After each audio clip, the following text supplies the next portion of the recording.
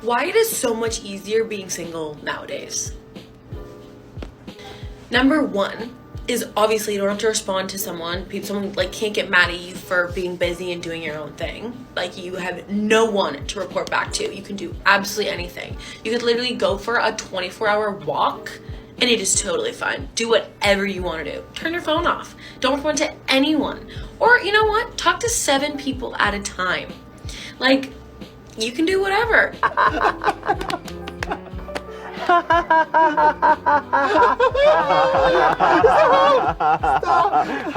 Hey. Turn your phone off, but if you did that, how would you be able to cope with the fact that you're constantly being rejected by Chadwick R. Chadley and Associates? Your phone is your last bastion of validation in this crazy world, and there's a very specific reason why men don't take bets on how long you can hold out with your phone off, and that's because the bet is easy money. At your absolute disciplined, and we're talking about absolute best case scenario here, I'd say a max of 2 hours before you start doom scrolling once again. After all, you're a modern woman who relies on expensive makeup, filters, and whatever abominable mutation you did to your lips in order to attract men. And you're reaching the end of the line with your particular boss babe journey, and the next stop is the wall. You don't want to respond to one? Let's respond to the other 6. Oh, 3 of them are annoying? You have another 3. Like, you can do whatever you want. You don't have to find the person that you're talking to in a story that they said they weren't going out, but now they're out because they're in Billy's story.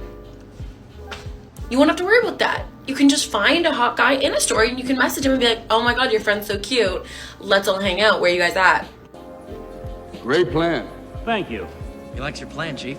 Well, I take that back because just a second ago you were talking about turning off your phone. Now you're talking about a slowly dwindling roster. But how can you tend to that with your phone off, you silly dame? Now you're talking about stalking your ex-situationship on Instagram by following one of his buddies and tracking down his location in order to hang out with them, and then, you know what, I don't think I want to know the endgame of this particular scenario because it's either an overtly complicated cartoon coyote plan to make this dude jealous, or it's gonna end with a motel bathtub full of ice and someone's kidney being sold on the black market. Either way, it's gonna be humiliating, immoral, and extremely messy. You don't have to go to a certain bar because someone else is at it, or you don't have to keep an eye out because you're wondering if like your ex or your new fling or your past ex fling, situationship, whatever is gonna be there. Like, you are free, baby girl. Wear what you wanna wear. You look bad that day? Who cares? You'll find someone else. You wanna go to a different bar? Absolutely, because no one is tying you to this one. Show a little respect. So, how many men have you slept with? There you have it, lady. This is why you will forever remain single. You have no sense of self-worth and precious few qualities that men find attractive. If you had some of those, then you wouldn't feel the need to dress provocatively in order to get attention at a bar that's apparently frequented by a bunch of your ex-boyfriends and situationships. So many, it seems, that you're afraid of actually running into them, which just begs the question, how many bodies have you stacked up for this to be a concern? And to be honest, the answer doesn't matter because whatever your answer is, it's far too high. You literally want to focus on yourself today and you don't want to speak to a single human ever? Perfect. You're single. You don't have to respond back to anyone. You don't want to like take your time to like think about somebody else, or like you want to literally sit in your room and work on everything, every hobby that you've ever had for a week? Do it. Do it. Oh, that was the grossest thing I've ever heard in my life. Let's go! So in other words, if you want to lock yourself up in your room, throw on some dirty smelling sweatpants with a pint of Chunky Monkey and a can of cream cheesecake frosting and binge watch 9 hours of reality TV, or having an embarrassingly long crying session while watching The Notebook, feel free. You want to post a revealing pic on Instagram or TikTok or whatever? Do it. You have no one that's going to say it's too revealing. Maybe it might get flagged, but like, that's the risk we have to take. So like, if you're thinking about being single, here is your sign, baby girl.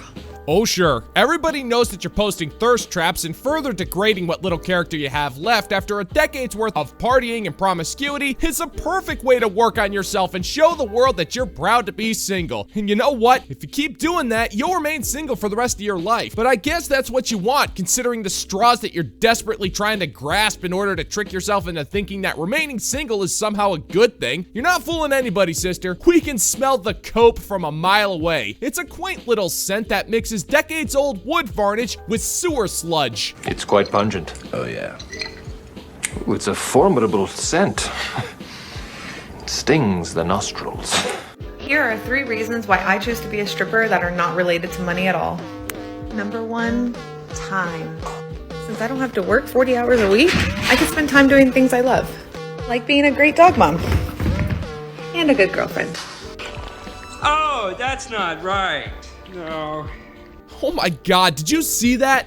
That is the face of a broken man. This is a dude who's totally not okay with what his girlfriend does for a living. And who could blame him? What she does is degrading and humiliating, and she refuses to stop because A, the money's probably good, and B, she clearly likes it too much to quit. This is a woman who gets endless amounts of attention and validation in exchange for dancing naked. She clearly has no respect for this poor guy, but has absolutely no problem getting rid of his dignity in exchange for stacks of $2 bills. Reason number 2, this job forces you to stay physically fit. My confidence levels be off the chart. And last but not least, it's the ability to have complete freedom over your work schedule. I've literally only worked 1 day this entire month. You can work days, you can work nights, you could work 5 hours, you could work 8 hours. It's all up to you. As you could tell, money's not the only perk here. That's nothing to be proud of, Rusty. Sorry, lady, those perks aren't worth it. You can gain self-confidence in literally an infinite number of ways, but you chose to be a stripper, which is one of the worst things you can do for yourself because your confidence came at the cost of your boyfriend's self-respect. And if you're working 1 day a month, that means you're either bringing in an entire month's wages in 1 night of work, which I find highly difficult to believe, or your boyfriend is bringing in money as well, and you still disrespect him by stripping. And you're in a quote-unquote profession that is ruthless to women as they get older. And sister, that time is quickly running out for you. And when your boyfriend finally leaves you and you're working once a month because that's all the club will allow you, hopefully your confidence will be enough to complement the $52 that you earned for the month. So you can see that is, I mean, I'm no economist, but that is a load of dough. Women posting pictures of themselves is not the same thing as a man liking another girl's picture. Biologically, women have the desire to share, even if it's just a picture of themselves. When Kim Kardashian posts a picture of herself in a bikini, do you think that she's doing it so that guys will slide into her DMs?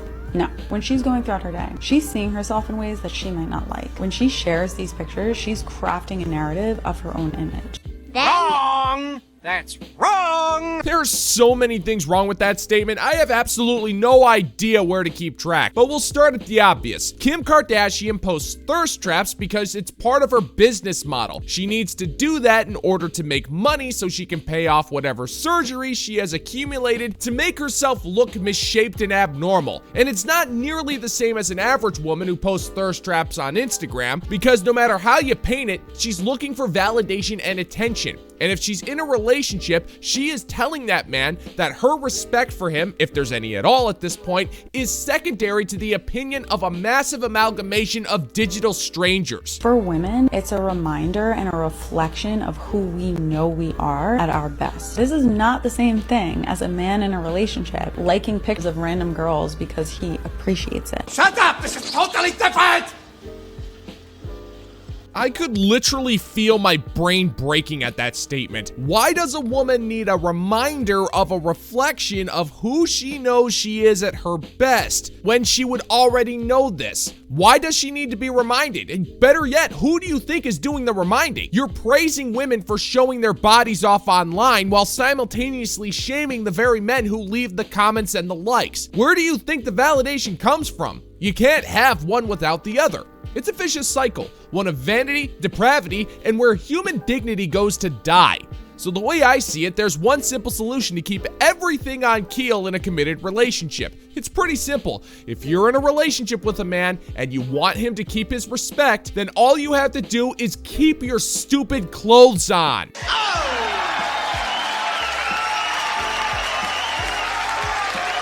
And that's gonna do it for today's video, gentlemen and gents. And as always, if you find that my particular brand of humor is bringing you to the brink of laughter, then why don't you scroll on down and click that like and subscribe button, ring the notification bell, leave a couple of comments, and let's give the good old-fashioned middle finger to the YouTube algorithm. Thank you so much for checking out the new video, and until next time, peace out, homies.